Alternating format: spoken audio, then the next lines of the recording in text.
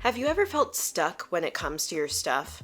That you have piles and piles of chaos, but you just can't seem to get started? Or maybe you've tried to declutter, but it just never has really made an impact and it's hard to keep going with it? Well, I have to say, I have definitely been in that boat. I still occasionally get a little bit stuck and forget to keep doing it and lose track of where I am on my minimalism journey. But I have spent a lot of time thinking about how to get unstuck because I often think that's the struggle people have. It's not that they can't declutter, it's that they just feel kind of stuck and they can't get over the hump of initiating the process and really getting going with it. And because I am someone who at times can procrastinate or struggle to make things happen in that certain way, I want to share 8 strategies to help you get unstuck in your decluttering journey.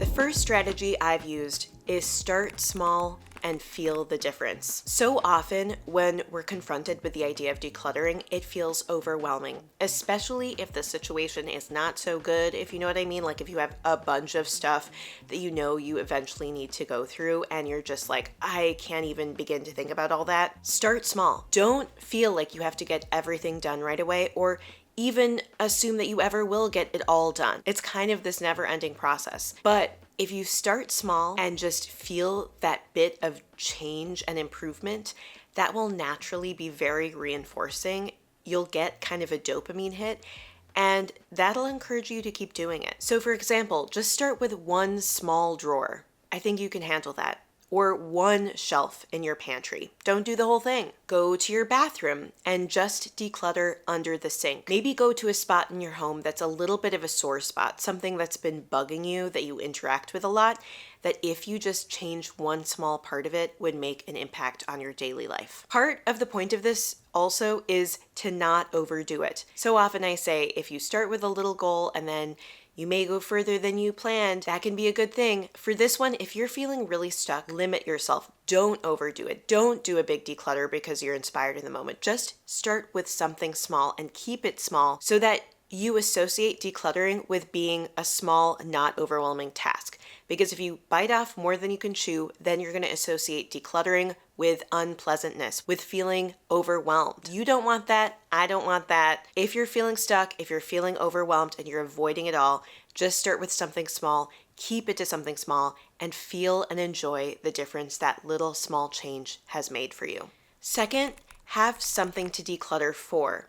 And I'm not even talking like, ooh, think about your values and why this is important to you. I'm talking like logistically. Have an event in your calendar that you are decluttering for, because otherwise you're not going to do it, especially if you're a bit of a procrastinator like I am. Maybe it's to plan a party a month in advance and invite a bunch of friends over. You know you'll have to tidy up before then, and doing a bit of decluttering in preparation, that'll motivate you. A third strategy I've used is to use before and after photos, or even before and after videos. There is nothing as satisfying as doing a deep declutter and actually being able to see the difference. If you take that before photo, you will really feel that stark contrast. And in a way, when you're decluttering too, you'll want that after photo to feel so much better that it'll maybe motivate you to get rid of more than you would have otherwise. I think part of the problem in decluttering is sometimes we do it, we feel a bit of a difference, but we don't really see how big a change we made. So doing that before and after can be highly reinforcing. Again, give you that kind of pleasant feeling or dopamine hit in order to keep going with it. A fourth tip is to declutter one room at a time. Rather than decluttering a little drawer here on the first floor and then part of a closet on the second floor, focus on one space. Methodically pick one drawer at a time, one cabinet at a time, one surface at a time, and go through those items, because as you declutter one area, you're going to feel that impact in that space even more. If you're doing declutters all over the place, it's not going to feel like as big of a difference, but by doing one space at a time, you can really see and feel the progress. And again, it's going to be that much more reinforcing. I think part of why we get stuck is that we don't feel the good feeling from the declutters. So a lot of these strategies are about how can I make the process more reinforcing and enjoyable for me? And part of that is really feeling the impact. So really focus to one room, or one closet at a time, rather than kind of mixing up where you're working and not really feeling the impact. A fifth strategy is to declutter physically large items in your space. Think about volume. If you can get rid of one piece that's like 6 times the size of another piece, you're going to feel 6 times the impact. So when you're overwhelmed and you don't know where to start, just look at the big pieces in the chaos that you think you can let go of. Then the little stuff might feel less overwhelming.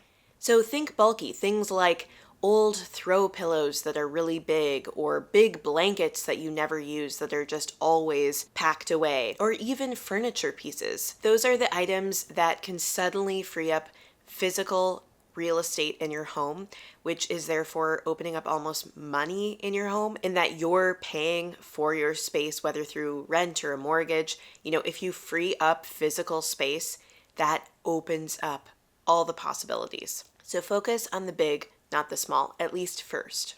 Another strategy I often use is spurts of 5-minute speed decluttering. So this is where you maybe grab a garbage bag or a donation bin and just go around your space, set a timer for 5 minutes, and see how much you can collect to donate or throw away. Even move fast. Move faster than maybe you would in a normal decluttering session, because you only have 5 minutes. That's the total amount of time. It can even start to feel like a kind of game where you're running around, making a change and feeling the impact. Again, this is a way to make decluttering feel less overwhelming. It's literally 5 minutes of your time. You see a big impact. It's almost kind of fun in that you're seeing how much you can get rid of. And at the end of 5 minutes, you're done and can move on with your day. This 7th tip is a little bit more philosophical, but I have to remind myself of it all the time. And it's to remove the guilt from the process of decluttering. So often, guilt is the emotion that comes up the most for me and is the emotion that leads me down the wrong path. The guilt encourages me to keep things that otherwise I would freely give away. Maybe it's guilt about being wasteful, not using this item enough before I'm getting rid of it. Maybe it's a feeling of guilt of, oh, this is a gift someone gave me. They might feel bad if they knew I got rid of it. Whatever the reason, so often guilt is the feeder of collecting. That's something I remind myself of when I'm decluttering. Anytime guilt comes up for me, I need to identify it and remember to not act based on that emotion. Consciously planning to give yourself a free pass when it comes to guilt allows you to act based on your values and what's actually right for you, not what's right because of society or because of other people. Do what's right for you in the moment. Will this item actually serve me well in the future? Will I use it a bunch in the future? Is it something that sparks joy, as Marie Kondo would say? Think about those things, not the guilt of getting rid of it. And I've said this so many times, but if the guilt is about being wasteful, that's informative. Maybe you learn a lesson about how to be less wasteful in the future, but keeping something isn't going to reduce how much you were wasteful in the past. It's a form of denial. And so leaning into it and accepting that maybe you made a mistake, that's okay, but still you should get rid of it. That's the way I think it's better to move forward. Accepting the mistakes you've made, acknowledging the guilt that you're experiencing, but not having to act on that guilt. And admittedly, I say this, but it's something I'm still working on. An 8th tip is to capitalize on your strengths in decluttering. A lot of the avoidance of decluttering and feeling stuck is sometimes feeling like I'm not good enough. Like I'm not good at decluttering, or I'm not going to be successful. I'm not someone who's organized and has it all together. I have had that feeling so often. I still occasionally feel that, the vestiges of my past self where I'm like, oh, I can't do this. Instead, realize that you are an expert on your home and your space and how you function. You are actually the best person to declutter your space. As you declutter, notice what you're good at. You might not be good at all aspects of decluttering, but appreciate the skills that you do have. Notice when you freely let go of something you know deep down you shouldn't keep, even though maybe you have these emotions telling you to keep it. Notice those wins. Try to capitalize on those strengths. So often we focus on the parts of decluttering that we're not good at and how to improve that. But I just want to remind you, notice what you are good at. Even if you're not good at actually taking the boxes to the donation center and maybe you want to figure that out, or maybe you're bad at initiating the decluttering, but maybe you're pretty good at it once you get going. Maybe you're like, actually, once I'm doing it, I know what I'm doing. I can see that I'm not using this much and I can let things go. I don't know what your strength is. Maybe you're more of an initiator or whatever it is. Notice what you're good at and self-reinforce. Be proud of that and think about it a little bit. Linger in that in your mind, because the more you can feel good about the process and capitalize on those strengths and bolster those strengths, the more success you're likely to have.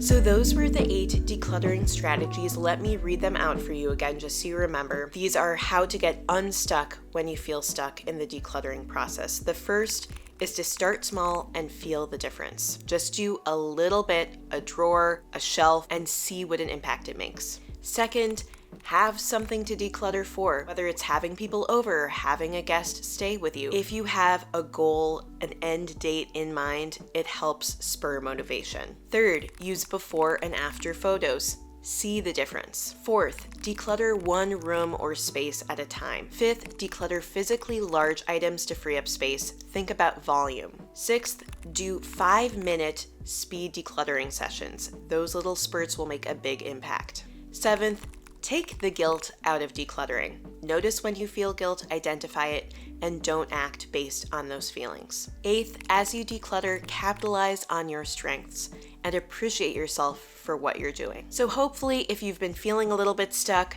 this will help move you forward. I know it can be tough at times. I've definitely felt that. I get stuck sometimes, and I don't know, it's just a process. It has ebbs and flows just like anything else. But I do think that trying 1 or 2 of these tips might help you get out of that rut if you're feeling like you're in one right now. I also, on this video, wanted to add the random observation segment. I don't always do it, but I thought I would do it today. And my random observation comes from my personal life. Recently, Andy and I and our little daughter went on our first plane flight as a family. My daughter had never flown before. She's very young. She's just 1 year old. I don't know. I had just avoided it because I had heard so many horror stories. I feel like a lot of people amp up that travel is so hard with kids because, it is. I also think part of it was honestly my MS. I sometimes feel bad bringing up my MS and that I'm self-conscious that people think I'm just complaining about it. But the reality is it's something I deal with all the time. It makes me dizzy all the time. I can feel a ton of fatigue at times. I can feel disoriented and lightheaded, like I'm going to faint. Also, the dizziness can make me nauseated. So it just can really make an impact when I'm getting overheated on a flight, which makes the symptoms worse. Or I don't know, I'm just holding a lot, carrying a lot that can really trigger my fatigue. I've been kind of avoiding it for as long as possible, but we really wanted to go on this trip and with our daughter. And so we did it, and a ton of thought and prep went into packing all the things. And there were some moments that were honestly kind of tough, where I've got 2 bags that I'm holding that are heavy while things are falling off of me, while, maybe our daughter is crying or upset, while the stroller just isn't working, the buckle just doesn't seem to be working, and people are looking at us, and I feel dizzy and faint and all of that.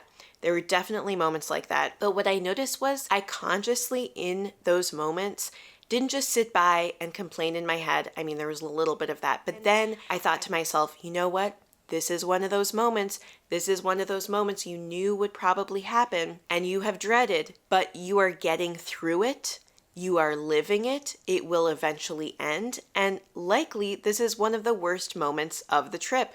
Likely, there will be other moments that are a lot better and are really meaningful or fun. And so I told myself that in those moments, while I was experiencing the dizziness and the nausea and dealing with all this stuff, I don't know, it really helped. In that moment, it was still unpleasant, but I almost was hovering outside of myself, not literally, but metaphorically. I was watching myself almost do these things and reminding myself, okay, this is tough, but just get through this and you will have gotten through one of the worst moments on the trip. And I have to say, overall, the trip worked out pretty well. My daughter handled it pretty well. We did it and we had a great trip. I feel like this lesson is so useful, not just for trips and logistical difficulties that you anticipate, but in anything in life. That's something I want to remind myself more of. Basically, that so often when we feel overwhelmed, sad, down, like we just can't handle it, those are fleeting moments. It's when we feel like those bad moments are going to last forever.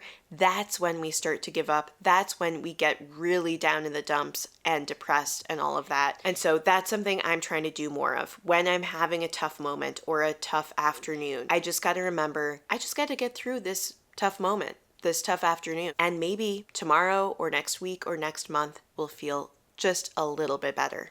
Maybe a lot better. Anyway, that's all I've got for you today. If you enjoyed this video, please hit the thumbs up button. My channel has kind of slowed as far as its growth. It's just kind of stayed roughly the same for a while, and I am totally cool with that. I actually kind of like the size of this community. I feel like it's kind of perfect for me. Like, I'm happy with it. But it is true that liking and subscribing is a way that literally logistically supports my channel. If you enjoy my videos, or if you enjoyed this one at the very least, or got something out of it, please hit the thumbs up button and also subscribe below. I know it's so cringy to say those things and to lay it out like that, but realistically, it does help support me. And I don't know, it would mean a lot. And I'm really grateful to those of you who regularly watch my videos. I see a lot of the same commenters, and I really appreciate you. I so enjoy making these videos and keeping going with it. So I'm really grateful for this community. Anyway, thanks so much for spending this little bit of time with me,